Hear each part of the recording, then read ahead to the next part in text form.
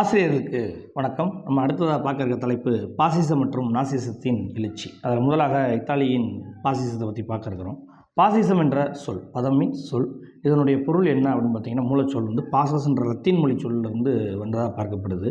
ரோமானிய தேசத்தின் அதிகாரத்தை குறிக்கும் விதமாக, பண்டைய காலத்தில் இருந்த ரோமானிய தேசத்தின் அதிகாரத்தை குறிக்கும் விதமாக தடிகளால் சூழப்பட்ட இரும்பு கோடாரியை குறியிட்டு சொல்லக்கூடிய வார்த்தையை தான் இந்த பாசல்ஸ் அப்படின்னு சொல்கிறாங்க.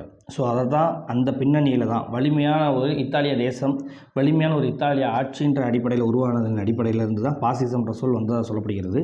பாசிசம் என்பது தீவிர ஆதிக்க மனப்பான்மை கொண்ட அதிதீவிர தேசியவாதத்தின் ஒரு வடிவமாக பார்க்கப்படுகிறது. சர்வாதிகார வல்லமையும் எதிர்ப்பையும் வன்முறையும் கொண்டு அடக்குவது, சமூகத்தையும் பொருளாதாரத்தையும் வலுவான மத்திய அதிகாரத்தின் கீழ் வைத்திருப்பது இதன் பண்புகள். சிம்பிளான விஷயம், சர்வாதிகாரமான ஆட்சி இருக்கணும், அதே சமயத்தில் பொருளாதாரத்தில் வலுவாக இருக்கணும், சமூகன்றது ஆட்சி முறைக்கு கட்டுப்பட்டு இருக்கணும், மத்திய அரசாங்கத்துக்கு அதிக அதிகாரங்கள் இருக்கணும் அப்படின்னு சொல்லப்பட்டது. 20ஆம் நூற்றாண்டினுடைய தொடக்கத்தில் ஐரோப்பாவில் முக்கியத்துவம் பெற்றதாக சொல்லப்படுது. எந்த பின்னணியில் இத்தாலியில் பாசிசம் வளர தொடங்கியது அல்லது அதற்கான காரணங்கள் என்ன அப்படின்னு பார்த்தோம்னா, மேற்கு ஐரோப்பாவின் பழைய ஆட்சி முறைக்கு எதிராக, அதாவது பிரிட்டன் பிரான்ஸுக்கு கட்டுப்பட்டு இருக்கணுன்றது பழைய ஆட்சி முறைக்கு எதிராக திரும்பிய முதல் நாடு இத்தாலின்னு சொல்லப்படுது. ஏன் நம்ம கேட்கலாம், அப்போ அதற்கு முன்னாடியே ஜெர்மனி எதிர்க்கலையா? முதல் உலகப் போரில் அவங்க தானே எதிர்த்தாங்க அப்படின்னு பார்த்தீங்கன்னா, முதல் உலகப் போர் என்பது வந்து பார்த்தோம்னா குடியேற்றங்களுக்காக நடைபெற்ற போர். ஆனால் இரண்டாம் உலகப் போர்ன்றது வந்து பார்த்தீங்க அப்படின்னா குடியேற்றங்களுக்காக மட்டும் நடைபெற்ற போர் கிடையாது. ஜனநாயகம் மற்றும் அதே சமயத்தில் கம்யூனிசம் ரெண்டையுமே ஒரே நேரத்தில் எதிர்த்த போராக பார்க்கப்படுது. அதாவது சர்வாதிகார ஆட்சிகளின் போராக பார்க்கப்படுது. ஏன்? ஜனநாயக வழியிலேயே ஆட்சியை கைப்பற்றிட்டு அதை கட்டுப்பாட்டின் கீழ் கொண்டு வந்து ஜனநாயகத்தின் முக்கியத்துவத்தை இழக்க செய்வதோடு மட்டுமல்லாமல் கம்யூனிசம் எந்த நாடுகளிலையும் பரவிவிடக்கூடாது என்பதற்காக உருவானவங்க தான் அந்த சர்வாதிகாரிகள். ஸோ அந்த அடிப்படையில் இரண்டாம் உலகப் போருக்கும் முதல் உலகப் போருக்கும் இடையே வித்தியாசங்கள் இருக்குது. முதல் உலகப் போர்ன்றது வந்து பார்த்தோம்னா பழைய குடியேற்ற கொள்கையின் அடிப்படையில் குடியேற்றங்கள் அதிகமாக தனக்கு வேணுன்ற அடிப்படையில் நடைபெற்ற போர். ஆனால் இரண்டாம் உலகப் போர்ன்றது வந்து பார்த்தீங்க அப்படின்னா ஜனநாயகத்துக்கும் கம்யூனிசத்துக்கும் அதோட மெயின் டார்கெட் கம்யூனிசத்தை எதிர்ப்பது தான்.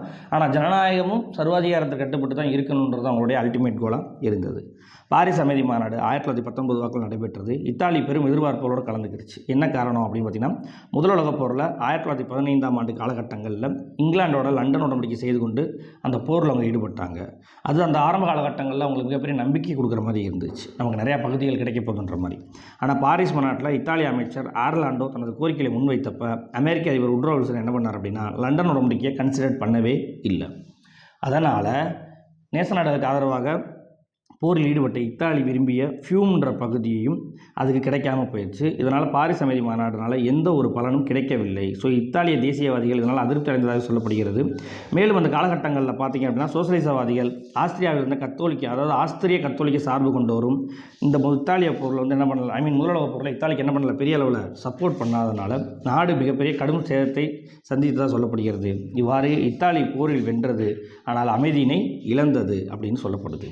1919 முதல் 1922 காலகட்டங்களில் மட்டும் பார்த்திங்க அப்படின்னா நாட்டில் சரியான அரசாங்கம் அமையாதனால 6 முறை மாற்றங்கள் ஏற்பட்டதாக சொல்லப்படுகிறது. எனவே நிலையான நல்லாட்சியை தருவதாக கூறி பாசிச கருத்துக்கள் வேகமாக வளர ஆரம்பித்தன.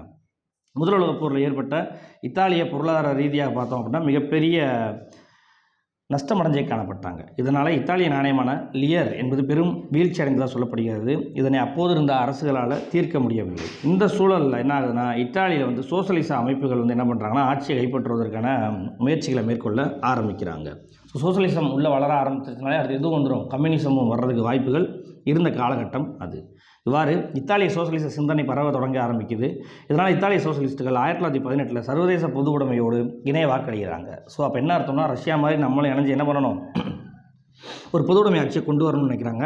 இதன் பின்னணியில் நவம்பர் 1919 நடந்த தேர்தலில் அங்கே தேர்தல் மூலமாக பிரதிநிதிகள் 3/1 இடத்தை இவங்க பெறுறாங்க. இதெல்லாம் பார்த்த உடனே இத்தாலியில் இருந்த பெரும் நிலம் சுவர்ந்தார்கள் போன்றவர்களுக்கு ஒரு பயம் ஏற்படுது. இந்த சூழ்நிலையில் பெரும் நில உடைமைகளை உடைத்தெறியும் நோக்கோடு சிவப்பு சங்கங்கள், அதாவது கம்யூனிஸ்ட் அமைப்புகள் பல தோன்றி நிலக்கிழார்களை என்ன பண்ணுறாங்க, வாடகையை குறைத்து கொள்ளணும், ஸோ எங்களுக்கு ஏற்ற மாதிரி சில விஷயங்களை பண்ணுங்கன்னு சொல்லி அங்கே பழைய முறைகளெல்லாம் மாற்றி அமைக்க முயற்சி மேற்கொள்கிறாங்க. இதை கண்டு பயந்த நிலச்சுவந்தார்கள் முதலாளிகள் எல்லாரும் பாசிச கட்சியில் இணைய ஆரம்பிக்கிறாங்க.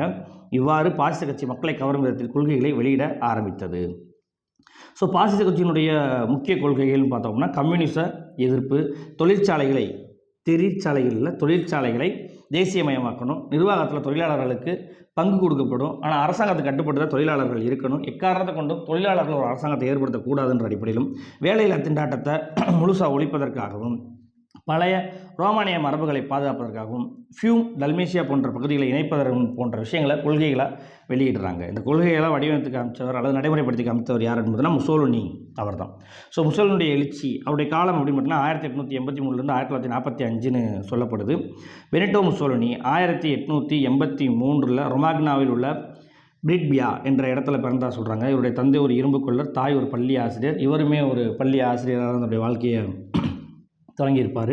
முசோலினி மேல் படிப்பிற்காக 1902 சுவிட்சர்லாந்துக்கு சென்றபோது சோசலிசத்தின் மீது ஆர்வமுடைய நபராக இருந்து சோசலிசத்தின் மீது சோசலிச கருத்துக்களை பரப்பக்கூடிய பத்திரிகையாளராகவே இருந்திருப்பார். அதன் பின்னணியில் பார்த்தீங்க அப்படின்னா லாசேனில் தொழிற்சங்கம் அமைத்து புரட்சி கருத்துக்களை பரப்பியதற்காக முசோலினி 1908 சிறைப்படுத்தப்பட்டிருப்பார். மேலும் முன்னணி சோசலிச தினசரி பத்திரிகையான அவந்தியில் 1912 ஆசிரியராக பணியேற்றும் செயல்பட்டிருப்பார். ஸோ அவந்தின்றது இவரால் தொடங்கப்பட்ட ஒரு பத்திரிகை கிடையாது. ஸோ அதனால் சோசலிச கருத்துக்களை பரப்புவதற்காக அதில் ஆசிரியராக மட்டும் என்ன பாருங்க பணியாற்றியிருப்பார்.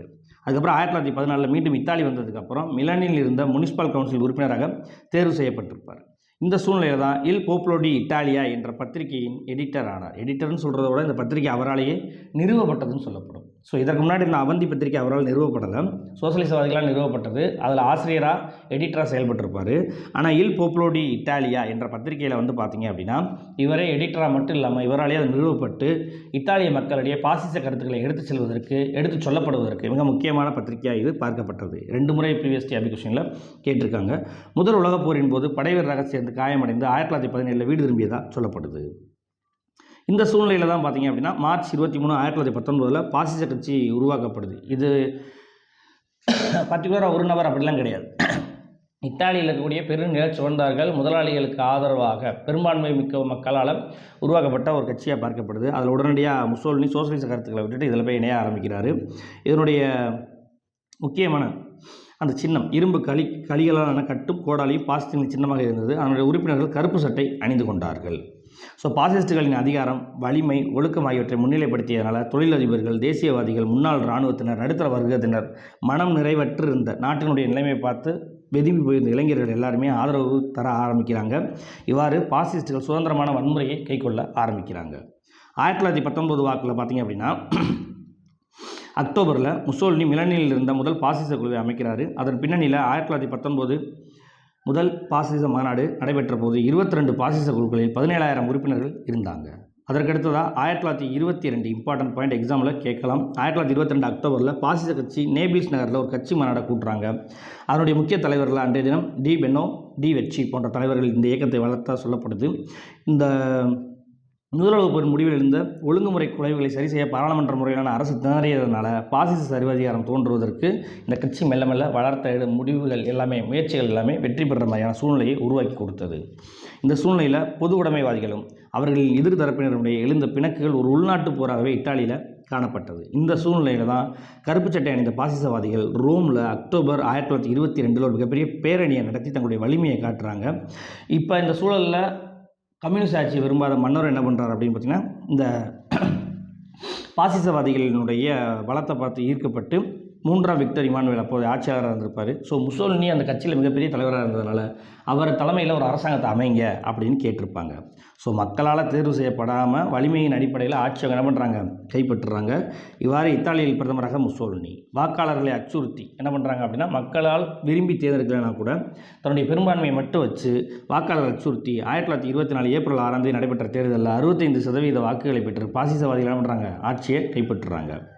இவ்வாறு தேர்தலின் நேர்மை பற்றி கேள்வி எழுப்பிய மட்யோட்டி என்னும் சோசலிச தலைவர் என்ன பண்ணுறாங்க, கொலை செய்கிறாங்க. இவ்வாறு எதிர்க்கட்சிகளை இந்த பாசிச அரசாங்கம் பாராளுமன்றத்தில் புறக்கணிக்க ஆரம்பிக்கிறாங்க.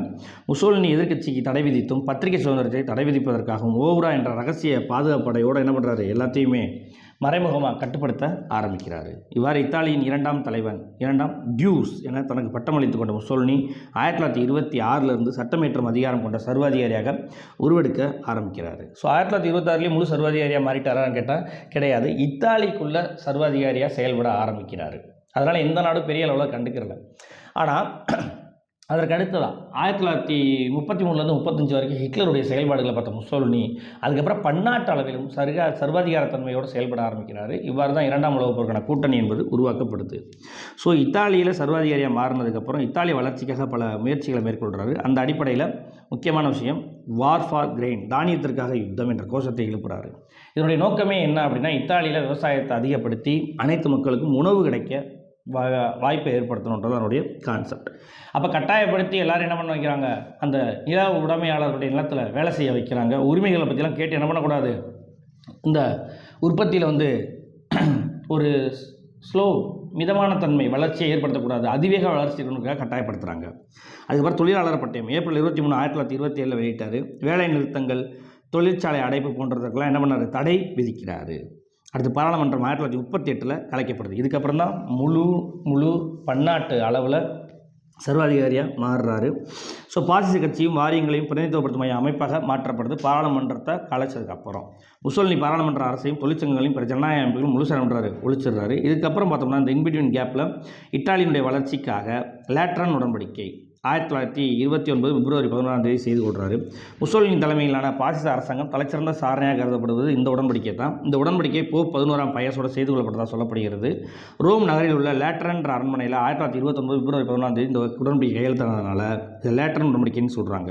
இந்த உடன்படிக்கையினுடைய சரத்துகள் அப்படின்னு பார்த்தீங்கன்னா, பாசிச கட்சிக்கு மதிப்பை சம்பாதித்த நோக்கத்தோடு மட்டுமல்லாமல் முசோலினி வாட்டிக்கன் நகருக்கு தனிநாடு அங்கீகாரம் வழங்கினார். இத்தாலிக்குள்ளேயே கத்தோலிக்க மத தலைவரான அந்த போப்புக்கு ஒரு தனிப்பட்ட அரசை வழங்குவதாக வாட்டிக்கன் நகரை வழங்குறாங்க. அதே சமயத்தில் கத்தோலிக்கர்கள் எல்லாத்தையும் தன் பக்கம் இதன் மூலம் ஈர்க்கிறாரு. இதன் கைமாறாக கத்தோலிக்க திருச்சபையும் இத்தாலிய பேரரசை அங்கீகரிக்கிறார். 1870 ஒருங்கிணைந்த இத்தாலிய அரசை அது வரைக்குமே போப் அங்கீகரிக்காமல் இருந்திருப்பார். ஸோ இவ்வாறு இத்தாலியின் தேசிய சமயமாக ரோமன் கத்தோலிக்க மரபு ஏற்றுக்கொள்ளப்படுது. பள்ளியில் சமயக்கல்வி என்பது கட்டாயமாக அறிவிக்கப்படுறாங்க. இந்த வரைபடத்தில் இருக்கக்கூடிய விஷயம் என்ன அப்படின்னு பார்த்திங்கன்னா, இரண்டாம் உலகப் போர் காலகட்டங்களில் இத்தாலி எந்தெந்த பகுதிகளில் சரண்டர் ஆனாங்க அப்படின்றது கொடுக்கப்பட்டிருக்கு. முதல்ல பார்த்தோம் அப்படின்னா 17 ஆகஸ்ட் 1943 தான் பார்த்தோம்னா சிசிலி என்பது நேச நாட்டு படைகளால் கைப்பற்றப்படுது. அதற்கடுத்ததாக பார்த்தோம் அப்படின்னா 15 செப்டம்பர் 1943 காலகட்டங்களில் பார்த்திங்க அப்படின்னா நேபிள்ஸ் பகுதி கைப்பற்றப்படுது. அதற்கப்புறமா எடுத்துக்கிட்டோம் அப்படின்னு பார்த்தோம்னா 5 ஜூன் 1944 ரோம் நகரம் கைப்பற்றப்படுது. அதற்கப்புறமா 29 ஆகஸ்ட் 1944 ஃப்ளாரன்ஸ் பகுதி கைப்பற்றப்படுது. இறுதியாக 23 ஏப்ரல் 1945 இத்தாலியினுடைய வடபகுதி வரைக்கும் எடுத்து செல்கிறாங்க. ஃபார் எக்ஸாம்பிள் பார்த்தோம்னா ஃப்ளாரன்ஸை தாண்டி வெனிஸ் பகுதி வரைக்கும் கைப்பற்றுறாங்க. இறுதியாக 7 மே 1945 ஒட்டுமொத்த இத்தாலியுமே நேச நாட்டு படைகளால் கைப்பற்றப்படுது. ஸோ இந்த பிக்சரில் இருக்கிறத நம்ம டேட்டாவாக கொடுக்கல, பட் சம்டைம்ஸ் என்ன பண்ணலாம் அப்படின்னா மேட்ச் த ஃபாலோயிங்களோட கேட்குறதுக்கு வாய்ப்புகள் உண்டு. ஸோ அதனால் என்ன பண்ணிங்க, நோட்ஸ் எடுத்து எழுதிக்கிங்க. அடுத்து வெர்சைல்ஸ் உடன்படிக்கை இத்தாலிக்கு இழைக்கப்பட்ட அநீதிகளை உடைத்தெறிவது, புதிய குடியேற்றங்களை ஏற்படுத்துவது, இத்தாலியின் பழமை வாய்ந்த புகழையும் பெருமையும் உயர்த்தி பன்னாட்டு அளவில் இத்தாலிக்கு மீண்டும் உயரிய அந்தஸ்தை பெறுவது, இத்தாலியின் ஏரியாக மத்திய தரைக்கடலை மாற்றுவது இம்பார்ட்டன்ட் பாயிண்ட். தனது நோக்கங்களை அடைய போர் ஒன்றே வழி என வெளிப்படையாக அறிவித்து ஆக்கிரமிப்பு செயல்பாடுகளில் ஈடுபட ஆரம்பித்தார். இவ்வாறு இரண்டாம் உலகப் போருக்கு ஹிட்லரோடு சேர்ந்து இவரும் ஒரு காரணமாக அறியப்படுறாரு. ஸோ ஆரம்பத்தில் பார்த்தோம் அப்படின்னா இத்தாலிய அரசு 1923 உறுப்பு பகுதியை கிரீஸ்லேருந்து கைப்பற்ற முயற்சி மேற்கொள்கிறாங்க. அதே சமயத்தில் ஜனவரி 27, 1924 ஃபியூம் துறைமுகத்தை கைப்பற்ற முயற்சி மேற்கொள்கிறாங்க. ஆனால் இது ரெண்டையுமே அப்போது இருந்த இத்தாலிய அரசாங்கம் என்ன பண்ணுறாங்கன்னா கைப்பற்றக்கூடாதுன்னு சொல்லி இத்தாலிய தேசியவாதிகளை கட்டுப்படுத்துகிறாங்க. அப்போ இத்தாலிய மக்களுக்கு மிகப்பெரிய கோவம் ஏற்படுது. நீயும் போய் கைப்பற்ற மாட்டேன்ற, இங்கே இருக்க மக்கள் தேசியவாதிகள் தலைமையில் போய் செயல்பட்டு கைப்பற்ற அதையும் கைப்பற்ற விட மாட்டேன்றீங்களே அப்படின்ற ஒரு ஆத்திரம் வர ஆரம்பிக்கும். இந்த சூழ்நிலையில் தான் பார்த்தோம் அப்படின்னா பாசிசத்தை எல்லாருமே விரும்ப ஆரம்பிச்சிருப்பாங்க. ஸோ இந்த சூழ்நிலையில் ஸ்ட்ரெஸ்ஸா முன்னணி 1935 ஸ்ட்ரெஸ்ஸா ஃப்ரண்ட்ன்ற மாநாடு நடைபெறும். 1935 மார்ச் 19 வெர்சைல்ஸ் ஒப்பந்தத்தை மீறி இராணுவத்தில் ஆள் சேர்ப்பதற்கான உத்தரவை ஹிட்லர் வெளியிட்டிருப்பார். இதனை எதிர்த்து இங்கிலாந்து, பிரான்ஸ், இத்தாலி ஆகிய நாடுகள் ஏப்ரல் மாதம் ஸ்ட்ரெஸ்ஸா மாநாடு ஒன்றை கூட்டி ஜெர்மனியை கண்டிச்சிருப்பாங்க. நீங்கள் இதை மீறி செயல்படுறீங்க, இது தப்பு அப்படின்ற அடிப்படையில். ஆனால் இந்த ஸ்ட்ரெஸ்ஸா முன்னணி அதிக காலம் நீடிக்கவில்லை. என்ன காரணம் அப்படின்னு பார்த்தீங்கன்னா, இந்த மாநாட்டில் ஹிட்லருடைய செயல்பாடுகளை பார்த்து முசோலினிக்கு ஹிட்லரை பிடிச்சி போய் ஹிட்லர் செயல்பாடை நம்மளும் ஃபாலோ பண்ணணும், நம்மளும் இதை தான் எதிர்பார்த்துக்கிட்டு இருக்கோம்ன்ற அவருடைய உல்லாசை வெளிப்பட ஆரம்பிக்குது. இதன் அடிப்படையில் தான் பார்த்திங்கன்னா இத்தாலி ஜெர்மனியோடு இதன் பின் கூட்டு சேர ஆரம்பித்தது. ஸோ இதற்கடுத்து அவர் முழு நேர பன்னாட்டு அளவிலான சர்வாதிகாரியாக மாறியிருப்பார். அதன் பின்னணியில் பார்த்தீங்க அப்படின்னா அபிசீனியா அல்லது எத்தோப்பிய படையெடுப்பு அக்டோபர் 3, 1935. இதுவரை இத்தாலிக்குள்ளே மட்டுமே சர்வாதிகாரம் பண்ணிக்கிட்டு இருந்த முசோலினி முதலாக இத்தாலி பிற பகுதியின் நீங்களாக இத்தாலியை தாண்டி பிற பகுதிகள் என்னென்ன கவனம் செலுத்த ஆரம்பிச்சிருப்பார். ஐரோப்பாவுக்குள்ளே ஹிட்லர் ஆதிக்கம் செலுத்திய மாதிரி முசோலினி ஆப்பிரிக்க பகுதிகளில் தன்னுடைய ஆதிக்கத்தை நிலைநாட்டியிருப்பார். கிழக்கு ஆப்பிரிக்காவில் இருந்த ஒரே சுதந்திர நாடு அபிசீனியா, எக்ஸாமில் கேட்கலாம். ஸோ அபிசீனியாவில் காணப்பட்ட தாது வளம், இயற்கை வளம், பெருஞ்செல்வம் இத்தாலியில் பெருகி வந்த ஜனத்தொகையை குடியமர்த்துவதற்கு தகுந்த இடமாக இருந்திருக்கும். காரணம் புவியியல் தன்மையில் பக்கமான நாடாக இருந்திருக்கும். இதன் சூழ்நிலையில் உலகத்தை கவனித்து பார்க்குறாரு. 1931 ஜப்பான் மஞ்சூரியாவை கைப்பற்றுறது. ஏன்னா இதே இத்தாலிக்கு இருந்த பிரச்சனை ஜப்பானுக்கு இருக்கும். தாது வளம், கனிம வளம் தேவைப்படும், மக்கள் குடியேற்றத்துக்கு ஒரு இடம் தேவைப்படும். அப்போ ஜப்பான் எப்படி சீனாவை மஞ்சூரியா கைப்பற்றுச்சோ அதே மாதிரி தான் நம்மளும் இப்படி கைப்பற்றுன்ற எண்ணத்துக்கு அவர் வர்றாரு. 1935 ஹிட்லர் வெசல்ஸ் ஒப்பந்தத்தை மீறிய போதும் இங்கிலாந்து பாலிசி ஆஃப் அப்பேஸ்மெண்ட் அப்படின்ற சாந்தப்படுத்தல் கொள்கையை தான் பின்பற்றினாங்க. ஸோ அப்போ இங்கிலாண்டோ ஃப்ரான்ஸோ யாரையும் வந்து அட்டாக் பண்ணுறதுக்கு வாய்ப்பு இல்லை. அவங்கெல்லாம் ரொம்ப டயர்டாகி உலக பொருளாதார பெருமந்தத்தினால பெரிய அளவில் பாதிக்கப்பட்டிருக்காங்க. அப்போ இந்த சூழ்நிலையில் தான் எரியிற வீட்டில் பிடுங்கிறது மிச்சம்ன்ற மாதிரி நம்மளும் சில பகுதிகளை கைப்பற்றலான்ற எண்ணத்துக்கு அவருக்கு வருது. ஸோ அதனால் ஊக்கம் பெற்ற முசோலினி 1935 அக்டோபர் 3 எத்தோப்பியா மீது படையெடுக்கிறாரு. அதற்கடுத்ததாக பார்த்தோம் அப்படின்னா 1936 மே மாதம் இத்தாலிய படைகள் அபிசீனியா தலைநகரான எத்தோப்பியா கைப்பற்றதுக்கப்புறம் அபிசீனியாவில் கான்சன்ட்ரேட் பண்ணுறாங்க. அடிஸ் அபாவின் நுழையிறாங்க. அபிசீனியாவின் அரசராக அந்த ஹெய்லி செலிசி என்பவர் நாட்டை விட்டு என்ன பண்ணுறாரு, பதவி தொடர்ந்து நாட்டை விட்டு ஓடுறாரு. இவ்வாறு இத்தாலிய பேரரசராக இருந்த 3ஆம் விக்டர் இமானுவேல் அபிசீனியாவின் பேரரசராகவும் பிரகடனப்படுத்தப்படுறாரு. ஸோ அபிசீனியா படையெடுப்பு இங்கிலாந்து, பிரான்ஸ் நாடுகள் ராஜதந்திர தோல்வியை காட்டுகிறது. என்ன காரணம்னா அந்த சூழ்நிலையில் அவங்களால இத்தாலியை எதிர்க்க முடியலை. ஸோ அதற்கடுத்ததாக பார்த்தோம் அப்படின்னா ஹிட்லர் 1938 ஆஸ்திரியாவை இணைத்துக் கொள்வதற்கு முசோலினின் அபிசீனிய படையெடுப்பு மிக முக்கிய காரணமாக சொல்லப்படுது. ஏன்னா அது வரைக்கும் ஹிட்லர் ஜெர்மனிக்குள்ளேயும் ஜெர்மனியை கட்டமைப்பதிலும் ஜெர்மனியின் மீது சுமத்தப்பட்ட வெர்சைல்ஸ் ஒப்பந்தத்தை மீறுவதிலும் தான் கவனம் செலுத்தியிருப்பார். ஸோ அப்போ முசோலினி ஆப்பிரிக்க பகுதியை இணைச்சிக்கிட்ட மாதிரி ஐரோப்பாக்குள்ள கூடிய ஜெர்மன் மொழி பேசக்கூடிய பகுதிகளெல்லாம் இணைக்கணும்னு சொல்லி ஹிட்லருக்கு ஒரு ஐடியா ஸ்பார்க் கிடைச்சிருக்கும். அந்த பின்னணியில் தான் 38 ஆஸ்திரியாவை அவர் இணைச்சிருப்பார். ஸோ அது எதில் இருந்ததுன்னா அபிசீனியா படையெடுப்பை பேஸ் பண்ணி தான். 1936 ஜூலை மாதம் ஜெனரல் ஃப்ராங்கோ என்பவர் ஸ்பெயின் அரசுக்கு எதிராக கிளர்ச்சியில் ஈடுபட்டு 1939 ஸ்பெயினில் ஒரு பாசிச அரசாங்கத்தை ஜெனரல் ஃப்ராங்கோ தலைமையில் உருவாவதற்கு இத்தாலியும் ஜெர்மனி என்ன பண்ணியிருப்பாங்க, மிகப்பெரிய அளவில் ரகசிய உதவி செஞ்சுருப்பாங்க. என்ன காரணம், நமக்கு சர்வாதிகாரிகளோட கூட்டணி தேவை. அப்போ தான் நம்ம வலிமையாக மற்ற நாடுகளை எளிதில் வெற்றி பெற முடியும். ஏன்னா ஒரே நேரத்தில் கம்யூனிஸ்டத்தை எதிர்க்கிறாங்க, ஜனநாயகத்தை எதிர்க்கிறாங்க. பிரிட்டன், ஃப்ரான்ஸ் தான் ஜனநாயக நாடுகள், ரஷ்யா வந்து பார்த்தீங்கன்னா கம்யூனிஸ்ட் நாடு. அப்போ இப்படி 2 அணியில் தான் உலகம் இருக்கிறப்ப 3ஆவதாக சர்வாதிகாரம்ன்ற ஒரு கான்செப்ட் இவங்களால தான் உருவாக்கப்படுறதுனால தங்களுக்கு என்ன பண்ணுறாங்க, வலிமை சேர்க்கிற விதமாக ஆட்களை சேர்க்கிறதில்ல, ஸ்பெயினில் ஆட்சியை கொண்டு வரதில் முசோலினி மிகப்பெரிய வெற்றியை பெறுறாரு. ஆனால் அது நீண்ட காலம் நீடிக்கலை, அது ஒரு விஷயம். ரோம் பெர்லின் அச்சு ஒப்பந்தம் அக்டோபர் 25 1936 இத்தாலியும் ஜெர்மனியும் இணைந்து செய்து கொள்ளப்பட்ட ஒப்பந்தம் தான் ரோம் பெர்லின் அச்சு ஒப்பந்தம். ஆக்கிரமிப்பில் ஈடுபடவும் கம்யூனிசத்தை எதிர்க்கவும் 2 நாடுகளும் அச்சு ஒப்பந்தத்தை 1936 செய்து கொள்கிறாங்க. அது ரோம் பெர்லின் அச்சு ஒப்பந்தம்னு அழைக்கப்படுது. இந்த ஒப்பந்தத்தில் ஜப்பானும் வந்து இணைகிறாங்க. அது ரோம் பெர்லின் டோக்கியோ ஒப்பந்தம் என்று 1937 அழைக்கப்படுது. அப்போ 1936 ரோம் பெர்லின் அச்சு ஒப்பந்தம் அக்டோபர் மாதம் செய்து கொள்ளப்படுகிறது. அதே மாதிரி ரோம் பெர்லின் டோக்கியோ வந்து எப்போ இணையுதுன்னா 1937 நவம்பரில் வந்து என்ன பண்ணுறாங்க, இணைகிறாங்க.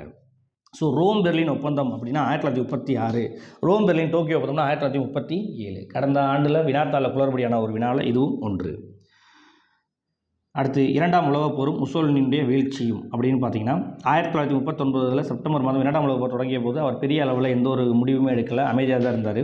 அதற்கு அடுத்ததாக பார்த்தீங்க அப்படின்னா 1939 இறுதி நிலையில் வந்து அல்பேனியாவை இணைப்பதற்கான முயற்சிகளை மேற்கொள்கிறாரு. இவ்வாறு அல்பேனியா சம்பந்தமாக இத்தாலி யூகோஸ்லாவியாவுடைய பிரச்சனை எழுப்படுது. அந்த அடிப்படையில் அல்பேனியா உள்நாட்டு விவகார தலையிட முசோலினி 1939 அல்பேனியாவை தலையிட்டு இணைத்துக் கொள்கிறாரு. அல்பேனியா அரசர் சாக் நாட்டை விட்டு ஓடுறாரு. அதுக்கப்புறம் ஜெர்மனி 1940 ஃப்ரான்ஸை வீழ்ச்சியடைய செய்த போது இவர் என்ன பண்ணுறாரு, ஃப்ரான்ஸை தாக்குறாரு. அதுக்கப்புறம் இங்கிலாந்து, கிரீஸ், எகிப்து, சூடான், கென்யா போன்ற பகுதிகளிலும் படையெடுப்பு மேற்கொள்கிறாரு.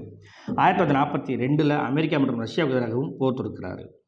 ஸோ இதில் எல்லாத்துலேயுமே வந்து பார்த்திங்கன்னா 2ஆம் உலகப் போருடைய பார்ட்டிசிபேட்ன்றது பெரிய லெவலில் கிடையாது.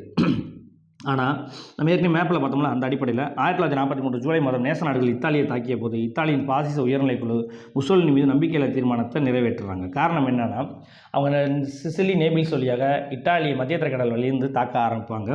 ஸோ அதனால் தோல்வியை தான் இத்தாலிய படை சந்திச்சுக்கிட்டு இருக்கும். இந்த சூழ்நிலையில் முதலில் சார்டினியா, எல்ஃபா, கிரான்சோவில் என்ன பண்ணுறாரு, தோற்கடிக்கப்பட்ட முசோலினி சிறை வைக்கப்படுறாரு.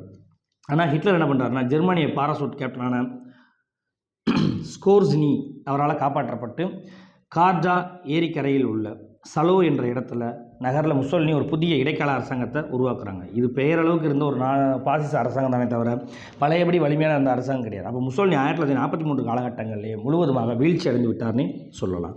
இவ்வாறு 1945 நேசப்படைகள் இத்தாலியை முழுவதும் தோற்கடித்து இத்தாலிய மக்கள் முசோலினி மற்றும் அவருடைய மனைவியான கிளாரிடா பெடாசி அவருடைய மனைவி அவங்க இருந்தால் பல பெண்களோட ஒரு தொடர்பு இருந்தால் சொல்லப்படுது. இவ்வாறு டோங்கோன்ற இடத்துல 1945 ஏப்ரல் 22 தெருவில் வச்சு இத்தாலிய மக்களை அவரை சுட்டுக் கொள்கிறாங்க. காரணம் நேச நாட்டு படைகள் இத்தாலிக்குள்ள வந்ததுக்கு இவர் தான் காரணம், இவர் திறமையை செயல்படாததான் காரணம் அப்படின்னு சொல்லப்படுது. இவ்வாறு இத்தாலி நிபந்தனை இல்லாமல் சரணடைகிறாங்க. பாசிசமும் வீழ்ச்சி அடையுது. 1946 ஜூன் 10 இத்தாலி குடியரசாக பிரகடனப்படுத்தப்படுகிறது. ஸோ இத்தாலியை பொறுத்த வரைக்கும் எடுத்துக்கிட்டோம் அப்படின்னு பார்த்திங்கன்னா பெரிய அளவில் வினாக்கள்ன்றது அந்த பாசிசத்தினுடைய கொள்கை அளவிலும் அது 2ஆம் உலகப் போரில் ஆரம்ப காலகட்டங்களில் ஈடுபட்ட அல்லது ஆக்கிரமிப்பு செயல்களில் ஈடுபட்ட அந்த தாக்குதல்களிலிருந்து வினாக்களாக கேட்கறதுக்கு வாய்ப்புகள் உண்டு. பெரிய அளவில் பாசிசத்தை பொறுத்த வரைக்கும் நாசிசத்தை பொறுத்த வரைக்கும் ரெஃபரன்ஸ் போகிறதுக்கு வாய்ப்பு இல்லை. ஸோ ஸ்கூல் புக் மெட்டீரியலுக்கு டேட்டாவை நீங்கள் ஃபுல் ஃபோக்கஸ்ட் பண்ணாலே போதுமானதாக இருக்கும். தேங்க்யூ.